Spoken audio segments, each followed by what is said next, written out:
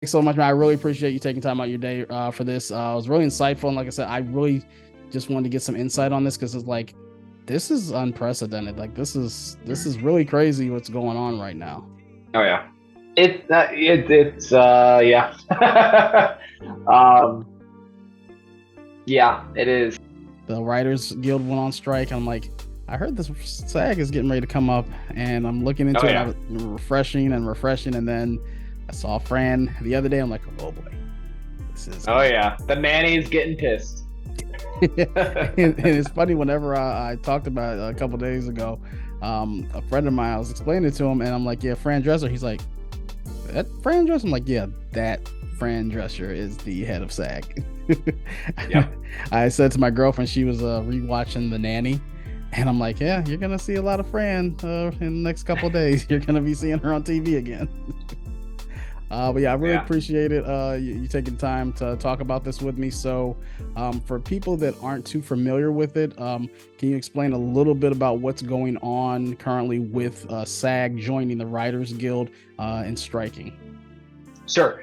So basically, what happened was that our TV and our theatrical contracts expired in June. And one of the big discrepancies in the previous contract were streaming residuals and how much were owed to actors and writers. For that reason, that's why WGA went on strike, because they were trying to negotiate higher residual contracts. The caveat is that the studios, a lot of the studios that were in charge, they were not keen on giving out a higher residual count. There were other demands as well, but that was like the big focal point. And just to give you kind of like an idea of why it's such a big deal, these a lot of these studios like Netflix, Sony, NBC, Universal, the big companies, they're raking in, based off of streaming viewership, hundreds of millions of dollars a year. Mm-hmm. And writers, comparatively, just going to the WGA side of things, they see a minuscule fraction of that. And it's not even just, I don't even want to call it minuscule. It's barely a minuscule of a fraction. I even saw one of There's the producers for I think it was The Bear on FX. They said they got an Emmy nomination and didn't know how they were paying rent the next month, and they had a hit Yeah, TV show that was getting nominated for yeah. Emmys. hmm Yeah, no, I mean that's kind of the thing. Um, and that it's the same, relatively the same deal with SAG-AFTRA. We're fighting for higher residual counts. Even on my own personal experience, I've achieved some residuals from some of the work that I've done, whether it was American Rust or Detroit. And while I didn't have large parts in either of these shows, um, I don't really get paid for any type of streaming like residual, right? Mm-hmm. And that makes me wonder what it's like on a larger scale with somebody like a Jeff Daniels, who is the lead on American Rust, or um, Will Poulter, who is the lead on Detroit. Um, Now, like I said, I'm on a much lesser scale, but if you're bringing in hundreds of millions of dollars a year and is growing considerably every single year, your CEOs are raking in double digit millions of dollars a year, Yep. and you're the people who are like the head honchos in these companies, why is that not being divvied up more fairly and accurately for actors and writers? Oh, there's my cat. He's trying to hog the spotlight right now, He's but trying to break into the business now. he's trying to break into the business right now. Um, but why is that not being dispersed more fairly to basically the talent that is your avatar, your poster, your publicity, to get those, millions of views, or Mm-hmm. whatever, that is being put out there. So that's the big thing, is just negotiating fair residual contracts, for not only just us as actors, but writers as well. And I just saw something. It was put out right around the time that the Writers Guild was going on strike, and it said the eight heads of the biggest studios last year raked in almost $770 million in annual salaries. You have the Bobs over at Disney, Chapek and Iger. Bob Iger raked in 46 million. Chapek, who ran Disney almost into the ground, got 33 million. You have Reed Hastings, the co-CEO of Netflix, 40 million. Ted Sarandos of Netflix, 38 million. I mean, you even got Ari Emanuel, who was the basis of Ari Gold from Entourage, who's the head of Endeavor. He raked in hundreds of millions of dollars. And you guys are trying to cry poor. And I was a proponent of Bob Iger coming back to Disney because I didn't like what Bob Chapek was doing to the brand, especially just from a Marvel fan perspective. I didn't like a lot of the shows. I didn't like the production value of the shows. I thought the movies had dropped in quality. So I'm like, okay, bring Papa Iger back to right the ship. And then the day of the strike for SAG, he's on CNBC crying that Hollywood is still poor. It's very disturbing to me. We've talked about disruptive forces on this business and all the challenges that we're facing and the recovery from COVID, which is ongoing. It's not completely back. This is the worst time in the world to add to that disruption. There's a level of expectation that they have that is just not realistic. And they are adding to a set of challenges that this business is already facing. We're still coming back from COVID. When you see that, one, Top Gun Maverick saved the movies. You have the next Mission Impossible film that's out right now that's going to be a huge film. You have Oppenheimer, which is coming out, Barbie, and then, didn't Spider-Man in the prime pandemic make over $1 billion? So I still think audiences are still coming out to see movies. You guys just diluted some of your value by doing day and date releases and pushing movies straight to streaming, and it's coming back to bite you in the face. And now you're wanting the actors and the writers to make less while you try to get more to recoup what you guys did in the early days of the pandemic. Well, essentially, it's kind of like double dipping, right? Because a lot of the time when, especially the release strategy now is you put a movie out in theaters and then after a month you already have it on streaming or you have it on Blu-ray. Even Blu-ray is going the way of the dodo, but right. Streaming, it's usually out within a month, especially if it's not performing super well on in movie theaters. They'll release it immediately to streaming, where it more than makes up the money that it lost in theaters, right? Because the majority of people nowadays, to me it's unfortunate because I love the movie theater experience, but the majority of people nowadays watch their film and TV via streaming. And like very rarely do you see them. I mean, look at network, look at cable, even those numbers are way down, and the numbers that have shot up immediately have been streaming. So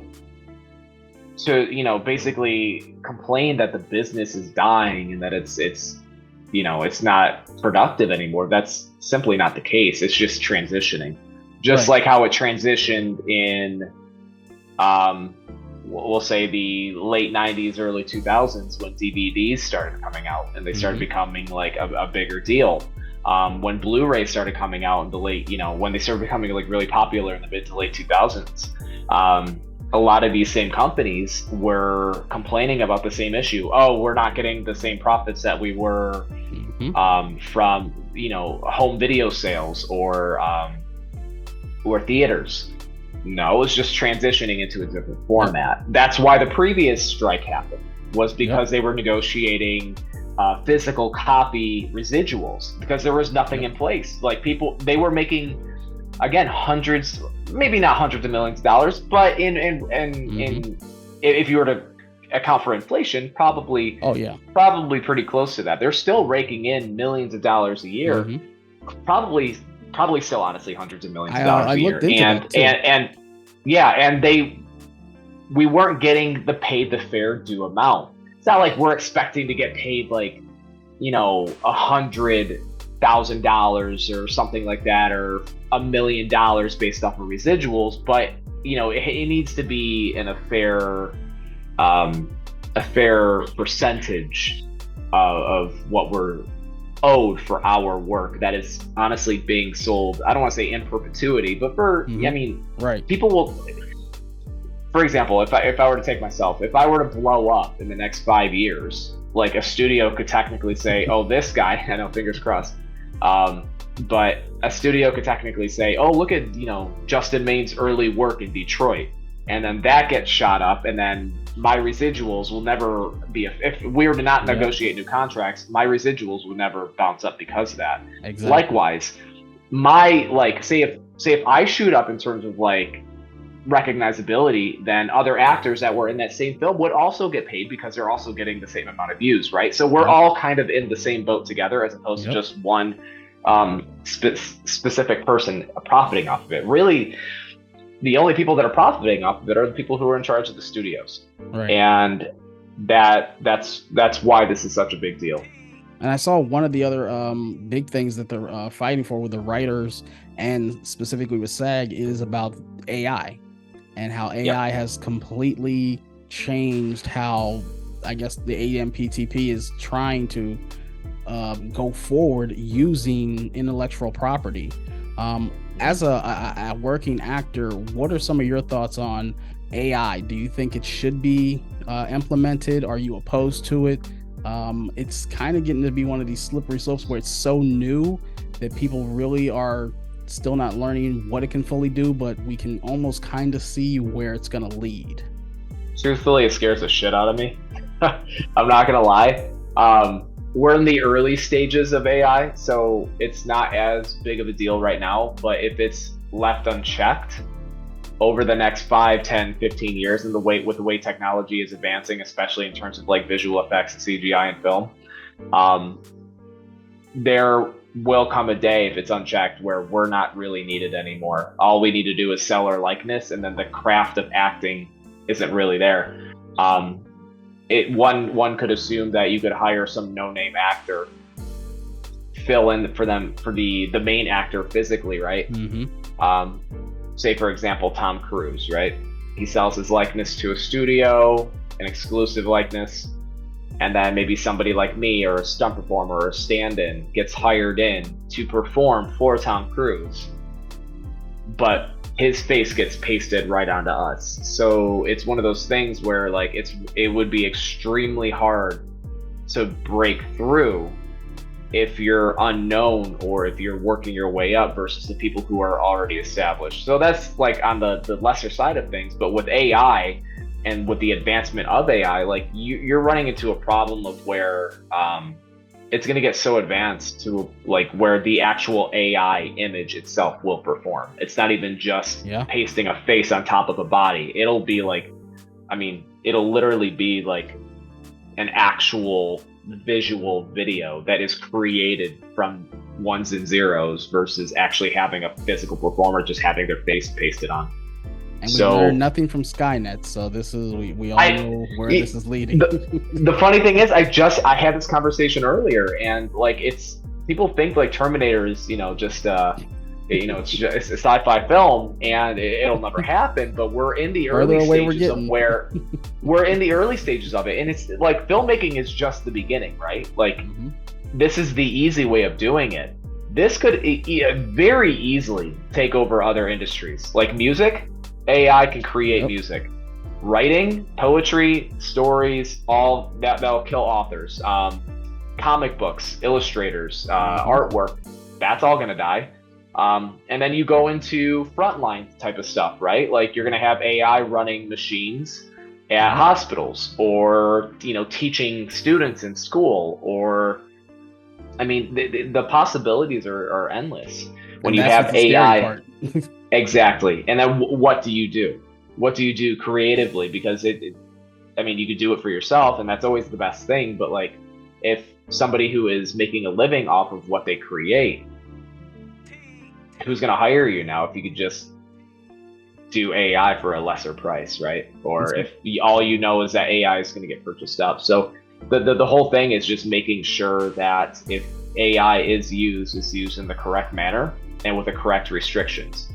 I saw something the other day about how, and I'm sure it's gone viral at this point, but like how the AMPTP wanted to negotiate a background actor AI I just saw that thing today. about, so where they will pay the background actor a day's work and then own that image and their likeness for perpetuity and then use it whatever they want and not get paid for it. And that to me is that to me shows the argument right there that you would want to just take advantage of somebody and just buy their life rights for a day's scale pay. Like it's just wrong, and it's predatorial. I mean, I was talking with a friend of mine who's a real old school cinemaphile, and he said it kind of reminds him almost of like the 1930s and 40s casting couches, to where you had young impressionable actors coming in trying to get work, and they were led astray thinking they were going to get their big break. You got a guy that can get a day, be an extra. I mean, my best friend's father was an extra in every Transformers film because they filmed here in downtown Detroit. So he was a background extra in every film. Just imagine getting that $50 you got just for staying around there, and then they're going to use you in the background of Ted Lasso season 5, which we didn't get, in the stadium forever, and you don't get a penny of that. And it's wrong. No, honestly, it's not even just that. What if a studio is like, we really like the look of this person. Why don't we just put them, in a supporting or a lead role? So traditionally, in we'll say it's a $50 million movie, the lead actor's probably going to make at least a cool $1 million or $2 million at the very least. That background actor who has not even performed in this film literally just sold their likeness, and it's now not even profiting off the fact that they could literally look like they're starring in a film and then never get the compensation for it.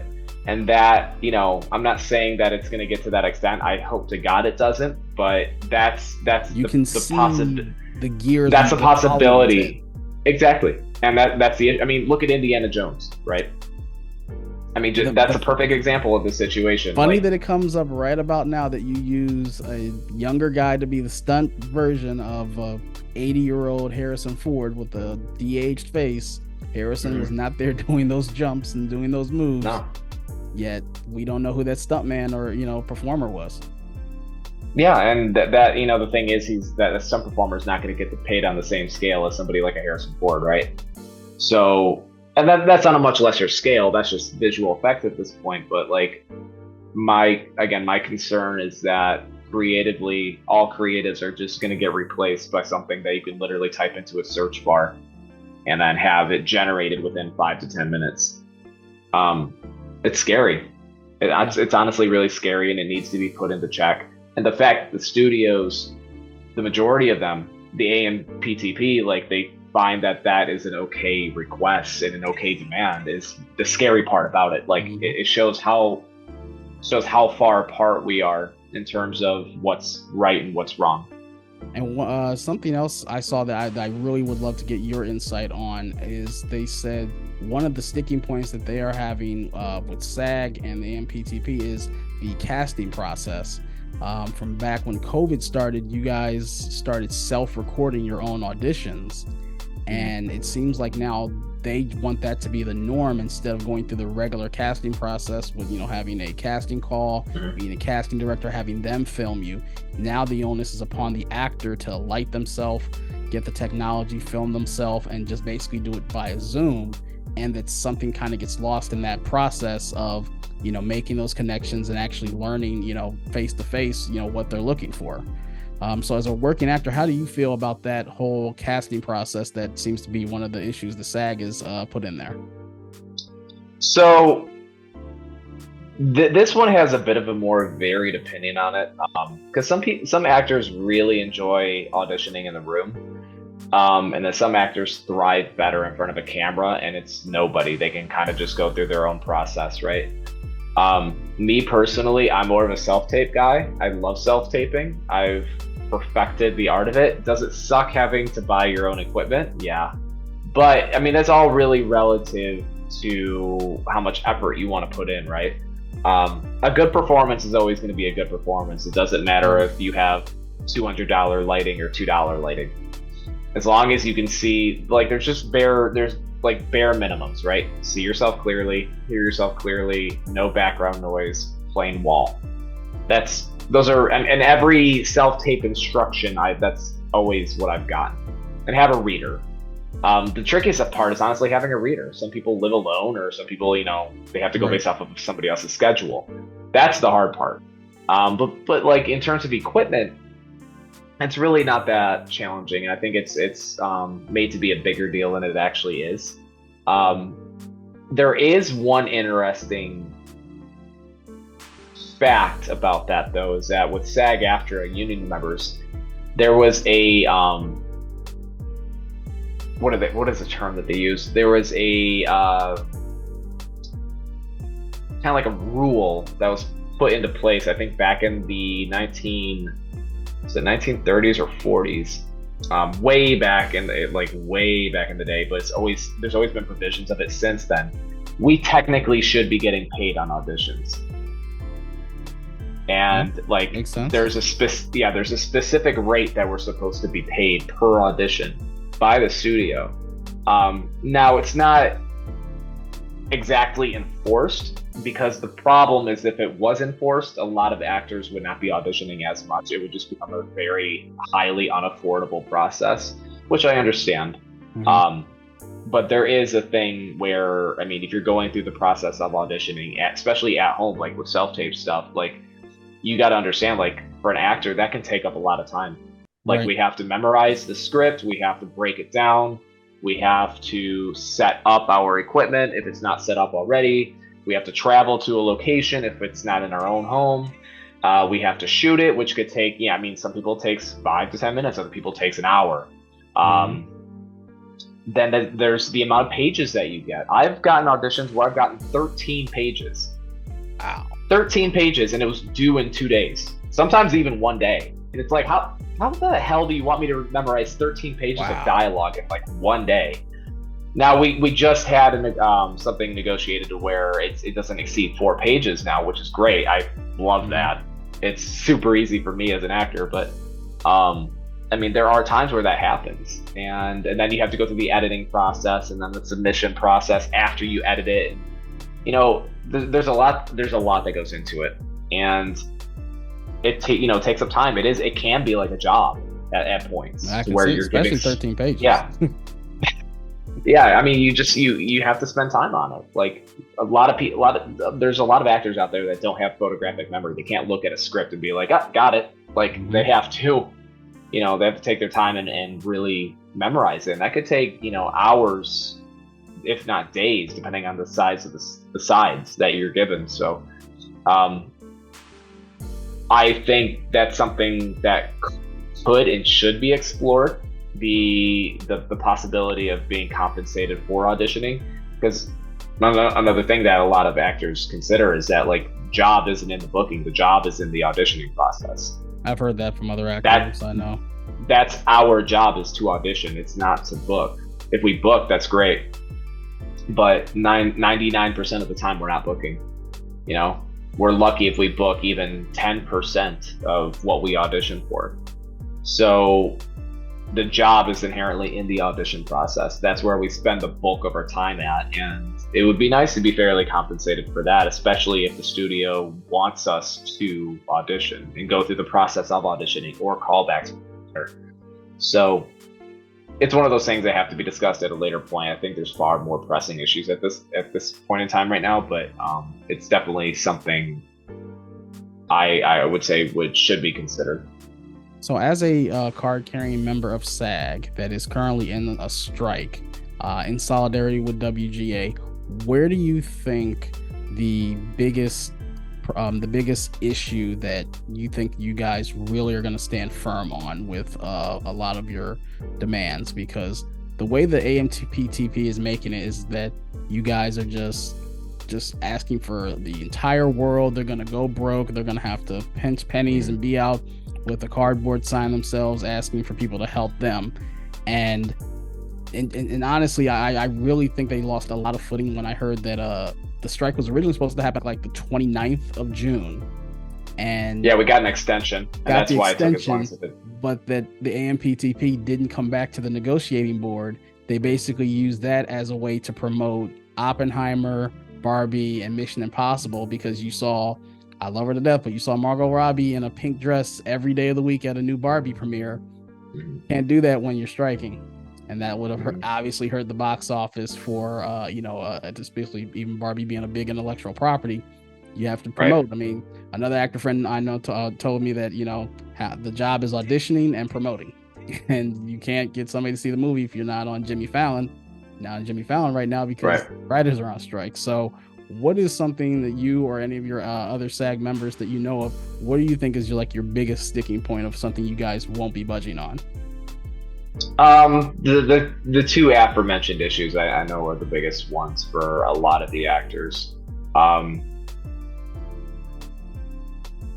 The money doesn't necessarily come, and you got to understand, again, I had this conversation with somebody earlier, more of an argument actually.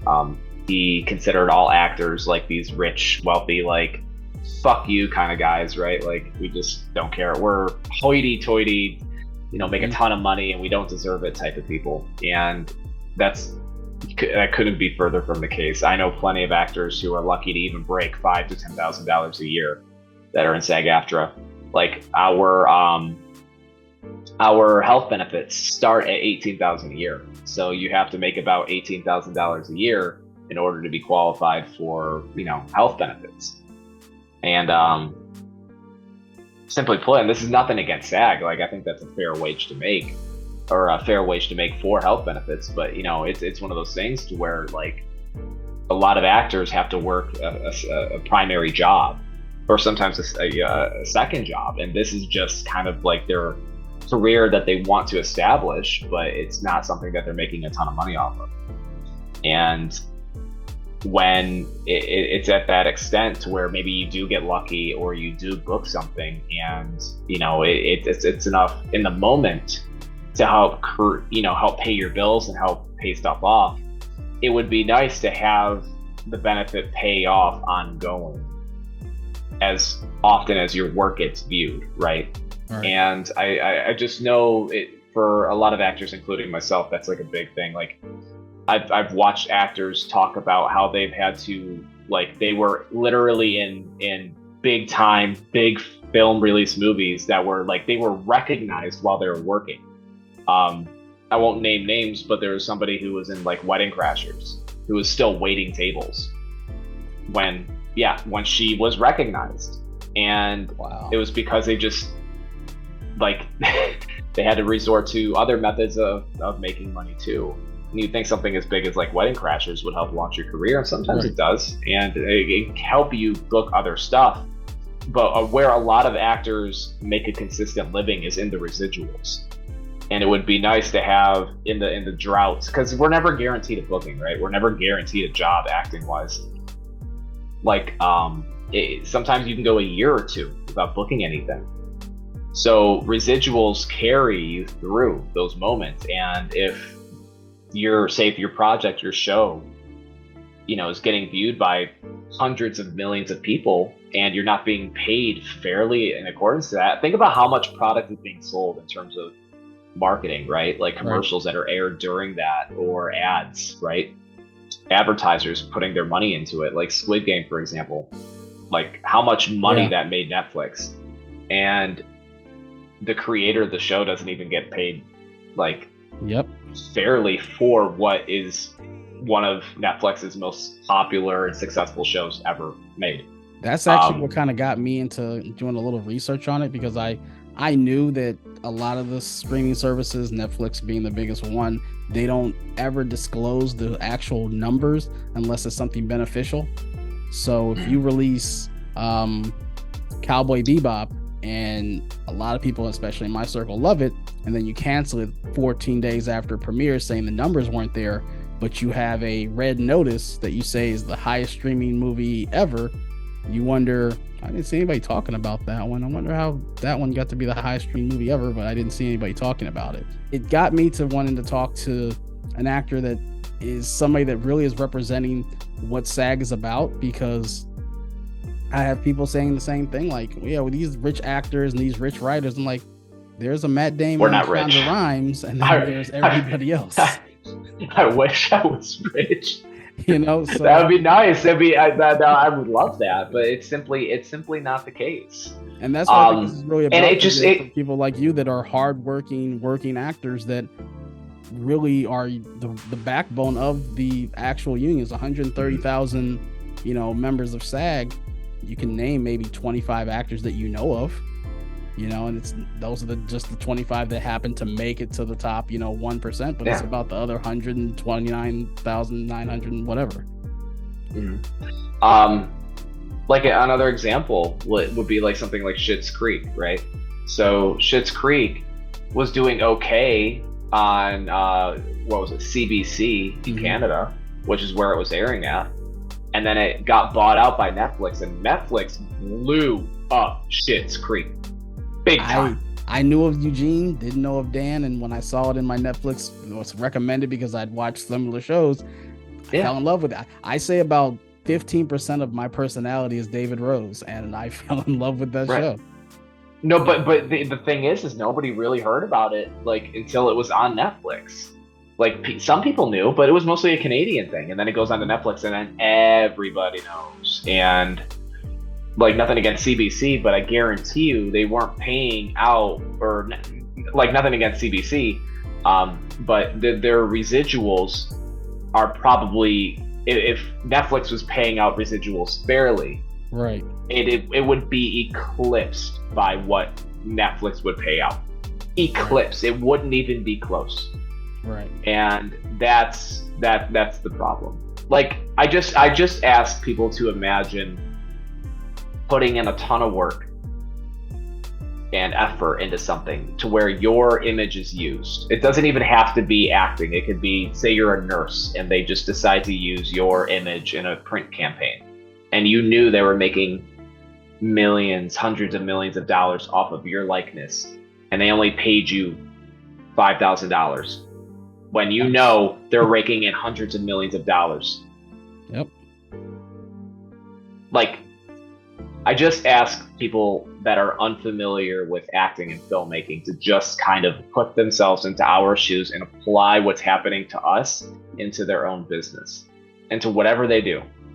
And then you tell me if it's fair. That's why when I heard WGA was going on strike, as somebody that would love to be a part of both of the guilds, would love to be everybody wants to be an actor. I love to be a writer. I've written before, nothing ever, like, it's all self-published, but it's a passion that I had ever since I was a child. My first childhood dream was to write a screenplay. I was a weird kid. So I really. That's a cool dream, though. I like that. Yeah, no, I wrote what would basically become Secret Agent Cody Banks. I wrote that like in 1994. But I like Frankie Muniz and everything. But it's always been a dream of mine to be a part of that. And as somebody that was a part of a union once in a different industry that didn't defend me, I really like how I've seen a lot of solidarity. Everybody I follow on social media, I see them on picket lines every day. I've even become fans of actors and writers that I didn't even know about, just seeing their solidarity through other friends, industry friends' posts on being on the picket lines. And it's something like I wanted to make sure I wanted to address, because like, as somebody that loves the entertainment business, this is something that I was hoping wouldn't happen. And then when I saw that SAG was getting ready to come up, I thought, well, they probably should strike just to make change, because the only way change is going to happen is when the guys that are looking for their fourth quarter bonuses in late November, early December, they don't get them because SAG and WGA are on strike. And I think it's going to be possibly arduous, but I think at the end, I think change is going to come, because honestly, you guys have all the power and more power to you. Right. And I'm glad SAG-Aftra is going on strike, and we're working with WGA on this, and I'm hoping that other unions in the filmmaking business also join in as well, because we're all really in this together. We all rely on one another to make this form of entertainment work, right? And I strongly urge people who are not even in the industry to understand what the arts mean to them, right? whether it's film or TV or it's music or it's their books or comics, it doesn't matter. Think about how those forms of media have influenced and changed your life. Think about how they've made you put yourself into somebody else's shoes and look at life from a different perspective. Think about how maybe when you were going through a period of depression or anxiety or anger, you watched that one performance of that one TV show, that one movie that helped move you through it. Or you listened to that one band that helped get you through that period of your life, to where if it wasn't around, it would have been a lot harder. Look at COVID. How many of us went back to old childhood TV shows and movies because we were stuck inside? People consider, I've seen that some people just kind of like scoff and laugh at, like we were talking about earlier, like, oh, they're just actors, stuff like that. But like, you can say that, but really consider the weight of what we do. We help you look at life differently. We help you understand and process emotion. And these projects are important for that reason. There's a reason why the creative arts have influenced not even just generations, but society as a whole, going back thousands of years. There's a reason why Shakespeare existed at one point, right? Like, yep. It's because we as humanity need the creative endeavors to help us understand and process what life is. And that's why what we do is important. Are we saving people like on the front line, like nurses and doctors? No, but we're saving people mentally and emotionally. And we help them understand why they are and who they are. And that's why I just, whenever I hear somebody just say, oh, why is this important? I just try to remind them of like, well, why do you watch TV and why do you watch film? Exactly. How long do you think that this might last? I would love to be working again as soon as possible. I know plenty of my friends and peers would love for the same thing to happen. We don't want this to go on. We want this to be done tomorrow. It's we'll do it. We'll go as long as it takes. I feel we're gonna win. I feel like we're gonna negotiate these new contracts. If there's one thing that I know is that solidarity comes in numbers, right? So the more people talk about this, the more people get together and band together and create a community to help push through this, the quicker it'll be. And I really think we'll see a much brighter version of the industry for all people who are in it, and just ongoing after that, as soon as this is done and over with. So my hope is maybe no more than like a month or two, but we'll have to see. We got to see how stubborn these studios are. I think this will probably be, hopefully, optimistically, I think this will be what gets them back to the bargaining table, because WGA's been on strike over 70 days now, and they haven't gone back to the bargaining table with them. Now that SAG is here and everything is being shut down, they're feeded to the fire, and they're not the good guys in this. And that's the thing that I think they have to get through their heads.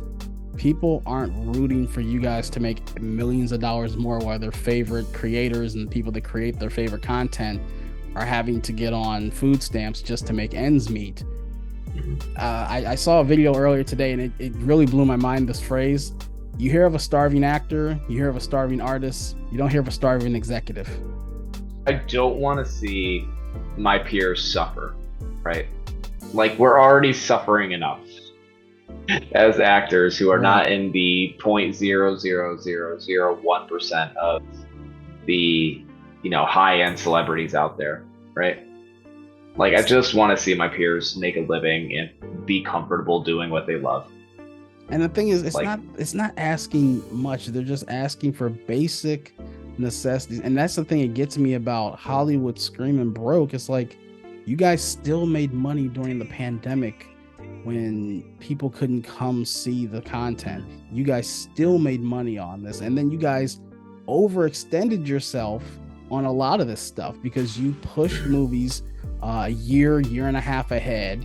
Then you were releasing stuff day and date, and then counting them as losses. Like, you could have moved Godzilla versus Kong to 2022, and that would have made more money. You know, you could have pushed Wonder Woman 80. Well, you could have fucking burned that movie. But you could have done a lot of stuff. That's one of the worst movies I've seen in a long time. My mom's 77 years old. I let her watch it, and the first 30 minutes she's like, this isn't good. Like, it was like embarrassingly bad. Last thing, before I let you go, try to end this on a more uplifting note. You are a professional wrestler, a former world champion. Real quick, what are some of your thoughts on what's going on in wrestling right now? Are you actively watching anything on AEW or WWE? What are you doing? Like, how is wrestling with you right now? I consider myself 3/4 retired. I've had a few people ask me to get back into it more consistently, more full time. They still think I got gas left in the tank, so I don't know. I'm considering it. They got a couple more bumps on you? I don't know. Maybe we'll see. You know, I always have a chip on my shoulder. Like, I love performing. I mean, there's things about the wrestling business I don't like, and I just don't like how it holds itself in history. It just doesn't want to evolve and adapt and move forward. Like like my unionization gimmick. Like, that's not even a gimmick. Like, I feel that way. Like, that's how I feel. Like, there should be unions in pro wrestling, and the fact that there isn't is incredibly scary. Because if there's any business that needs a union, it's pro wrestling. Yep. And just because there would be a union in pro wrestling doesn't mean that the whole business has to be unionized.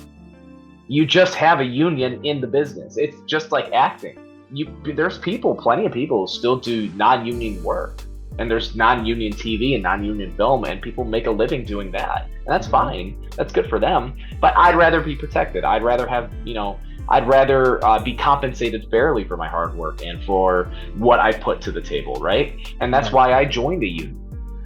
Because I know what I'm not saying people who are non-union don't understand what they're worth, but I know what I'm worth, and I know what I want from my career and from my business, and I want to be I don't want to say be taken care of, but I want to get what I put back. And right? That's not asking a lot.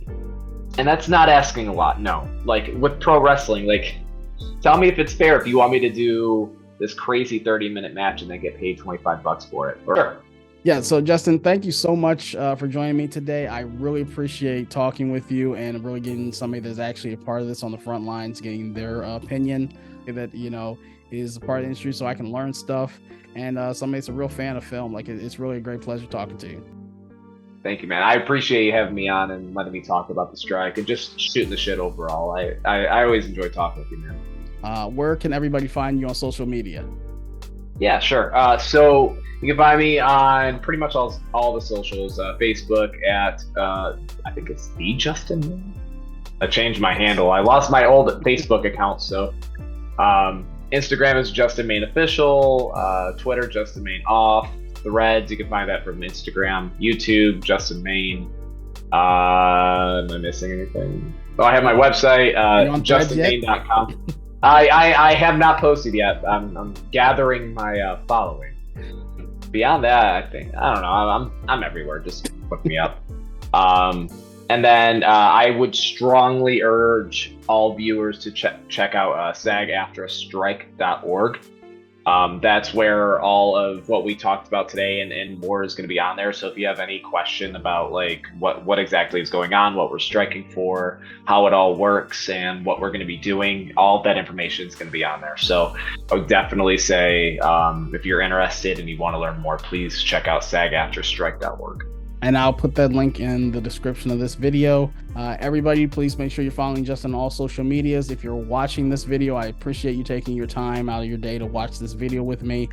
You can find me on all my social medias linked below. Please make sure you go check out the SAG website and make sure you're on social media supporting all your favorite creators, because right now, like Justin said, solidarity in numbers is the best thing. Thanks, Justin. Thank you, everybody, for watching. Have a great day. Thank you, guys.